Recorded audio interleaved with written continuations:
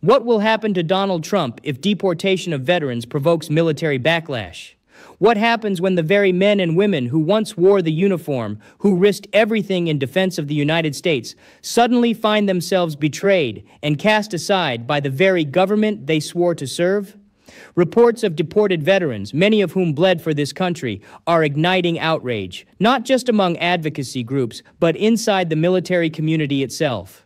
And now, Donald Trump, who has long wrapped himself in the flag and claimed the title of champion of veterans, faces a firestorm that could spiral into something far greater, a backlash from within the armed forces. Could this spark a crisis of loyalty, a reckoning with military families, and a political fallout unlike anything we've seen before? Stay tuned as we break it down right now.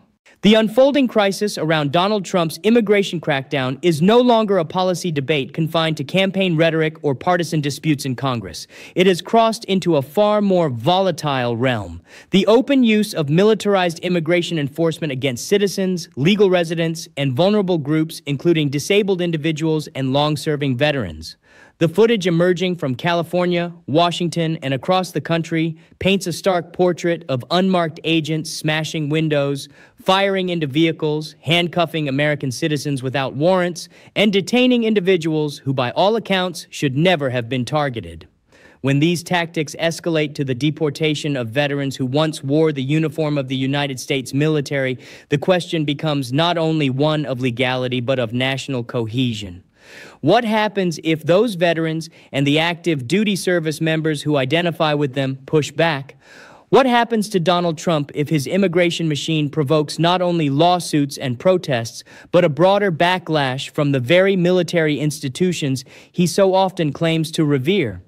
In this analysis, we will examine the roots of the current crackdown, the nature of the abuses documented in the transcript evidence, the historical role of veterans in American politics, and the potential pathways of backlash if deportations of former service members ignite resistance. We will also assess the political, legal, and strategic consequences for Donald Trump himself as he pushes a deeply controversial agenda that risks alienating the armed forces and destabilizing civil-military relations inside the United States. The transcript provides a disturbing montage of scenes across multiple states. In San Bernardino, unmarked trucks surround the vehicle of Francisco Longoria, shattering windows and opening fire in the presence of his teenage son. In Semi Valley, federal agents handcuff an American citizen, Rodrigo Almendarez, within seconds of arrival, releasing him only when co-workers insist he was born in California. In Georgia, a disabled double amputee, Rodney Taylor, faces deportation despite a gubernatorial pardon and a medical condition that makes survival outside the United States nearly impossible. These stories, amplified by local media and citizen journalists, reveal a pattern of behavior where federal immigration enforcement operates as judge, jury, and executioner. The Department of Homeland Security and ICE claim self-defense, administrative warrants, and procedural justifications. Yet the evidence often contradicts those claims. In San Bernardino, attorneys release video showing no attempt to run over agents. In Georgia, the pardon issued years earlier should have erased Taylor's conviction, but ICE maintains discretionary authority to detain him. The cases share a common thread, a presumption of guilt based on appearance, ethnicity, or past mistakes, enforced through overwhelming displays of paramilitary force. Trump has always understood immigration as a symbolic battlefield. From his first campaign announcement railing against Mexican immigrants to his attempts to build a border wall, his political identity is bound up with the notion of exclusion. But what is unfolding in these accounts goes further. It is not merely the denial of entry at a border, but the targeting of people already within the United States, many of them citizens or longtime residents who live and work alongside their neighbors. The extension of this approach to deporting veterans adds a uniquely combustible element. Veterans occupy a special place in American political culture. Service in the armed forces has long been associated with honor, sacrifice, and a sense of belonging that transcends ordinary citizenship. Policies surrounding veterans' benefits, healthcare, and immigration have traditionally been protected by bipartisan consensus. When immigrants who served in the U.S. military face deportation, the contradiction is glaring. These are men and women who fought under the American flag, swore allegiance to the Constitution, and in many cases bled for the nation. Historically, veterans have been at the forefront of social and political movements. From the bonus army marchers in the 1930s demanding compensation during the Great Depression, to Vietnam veterans protesting the war they had fought in, to post-9/11 veterans raising awareness about foreign policy failures, the veteran community has proven capable of organized, disciplined protest. Unlike other marginalized groups, veterans possess a symbolic legitimacy in the eyes of the public. When they speak, their voices are difficult to dismiss. If Trump's immigration agenda targets veterans, particularly those with combat experience, the reaction could spread well beyond advocacy groups and legal aid organizations. Veterans associations, active duty service members sympathetic to their former comrades, and even military families could see this as a betrayal. For an administration already facing accusations of authoritarianism, the optics of deporting veterans could prove catastrophic. The concept of a military backlash in the United States requires careful analysis. This does not imply a coup or insurrection led by active duty forces. Rather, it points to a spectrum of responses ranging from public dissent among retired generals to organized protests by veterans groups to resistance within the ranks of the armed services who may hesitate to enforce or support policies seen as unjust. Several factors amplify this risk. First, the United States military is among the most diverse institutions in the country. Large numbers of service members are immigrants or the children of immigrants. Deportations of veterans strike at the heart of this identity. Second, trust in civilian leadership is already strained. Trump's history of disparaging remarks about soldiers who got captured or who died like suckers during World War I still lingers in the military community. Third, the militarization of immigration enforcement, with agents in tactical gear conducting raids reminiscent of combat operations, blurs the line between civilian law enforcement and military force, a line Americans are deeply wary of crossing. A backlash could manifest through organized campaigns by veterans demanding congressional investigations, legal challenges citing constitutional violations, and a refusal by state National Guard units to cooperate with federal directives. Even symbolic acts, such as retired officers marching on Washington or staging sit-ins at VA hospitals, could carry enormous political weight. The perception that Trump is turning federal power against those who once defended the nation would be politically toxic. The deportation of veterans and the use of militarized raids raise profound constitutional questions. The Fourth Amendment guarantees protection against unreasonable searches and seizures. Many of the cases described involve stops without warrants, detentions without probable cause, and the use of force without clear justification. The Fifth and 14th Amendments guarantee due process, yet individuals like Rodney Taylor find themselves trapped in a system where ICE effectively acts as both prosecutor and judge. Beyond individual rights, the principle of equal protection is at stake. When U.S. citizens such as Rodrigo Almendarez are handcuffed simply for looking Mexican, the government engages in racial profiling of the most blatant kind.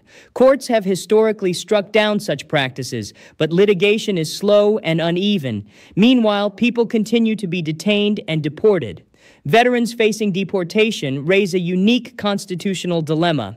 Having taken an oath to defend the Constitution, their removal by executive fiat appears to betray both their service and the nation's obligations. Legal scholars argue that special provisions should apply to veterans, and several bills in Congress have sought to formalize protections. If Trump presses forward, he will find himself in direct conflict with both the judiciary and the legislative branches. The political ramifications for Trump could be severe. His base may cheer aggressive deportations, but the optics of veterans in handcuffs, disabled individuals being dragged away, and American citizens detained on sidewalks undercut his broader appeal. Swing voters in key states, many of whom respect the military, could recoil. Republican lawmakers with strong ties to veteran communities would face pressure to distance themselves. Moreover, Democrats and civil rights organizations would seize on these cases to frame Trump as an authoritarian who disregards the rule of law. The narrative of Trump versus the veterans is one his opponents would amplify relentlessly. Even conservative media outlets that usually defend him could struggle to justify deporting decorated service members. The political backlash would not only harm his immediate approval ratings, but also complicate his prospects in any future election.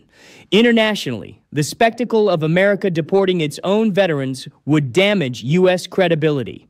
Allies would question America's commitment to those who served alongside them. Adversaries would exploit the images as propaganda, portraying the United States as hypocritical on human rights. American history offers examples, though limited, of military or veteran resistance to policies perceived as unjust. The Bonus Army of 1932 marched on Washington demanding early payment of promised benefits, clashing with federal troops in a moment that shocked the nation. During the Vietnam era, veterans threw medals onto the steps of the Capitol in protest of the war. More recently, retired generals have publicly criticized presidential policies from the handling of Iraq to the withdrawal from Afghanistan. While these precedents fall short of an outright backlash in the sense of active disobedience, they demonstrate the capacity of veterans to mobilize and challenge civilian leadership. In each case, the public reaction was sympathetic to the veterans. If Trump is seen as the antagonist against veterans, the historical lesson suggests he would face broad condemnation. The deportation of veterans cannot be separated from the larger social dynamics of race, identity, and authoritarian governance. The transcript reveals incidents of racial profiling, unmarked agents detaining citizens, and neighbors erecting signs demanding the deportation of Hispanic families. These events reflect a climate of fear and division fostered by Trump's rhetoric. In such a context, veterans of color are doubly vulnerable. They face not only the risk of deportation, but also the broader suspicion cast upon communities of color. Yet their status as veterans gives them a platform to push back. When Black or Latino veterans speak about being targeted, their voices carry both the weight of lived experience and the symbolic authority of service. This intersection could prove explosive in galvanizing opposition. The role of citizen journalists and local media also matters. Videos of raids, detentions, and protests circulate rapidly online, shaping public perception far beyond official statements. Trump may attempt to control the narrative, but the ubiquity of cell phone footage ensures that abuses cannot easily be hidden. Several scenarios emerge when considering what may happen if deportations of veterans provoke backlash. First, legal resistance. Advocacy groups file lawsuits, veterans organizations petition Congress, and federal courts issue injunctions limiting ICE's powers. This pathway emphasizes the rule of law but could take months or years. Second, political mobilization. Veterans march on Washington, stage protests at military bases, and flood social media with testimony. Such actions attract bipartisan sympathy and pressure lawmakers to intervene. Third, institutional resistance. State National Guard units or local law enforcement refuse to cooperate with federal deportation orders targeting veterans, citing moral objections. While unlikely on a large scale, even isolated incidents would generate headlines. Fourth, erosion of military support for Trump. Active duty service members, while constrained by regulations, may express dissent in subtle ways. Higher rates of resignation, lower morale, or quiet resistance to politicized orders. Retired generals could speak out forcefully, undermining Trump's authority.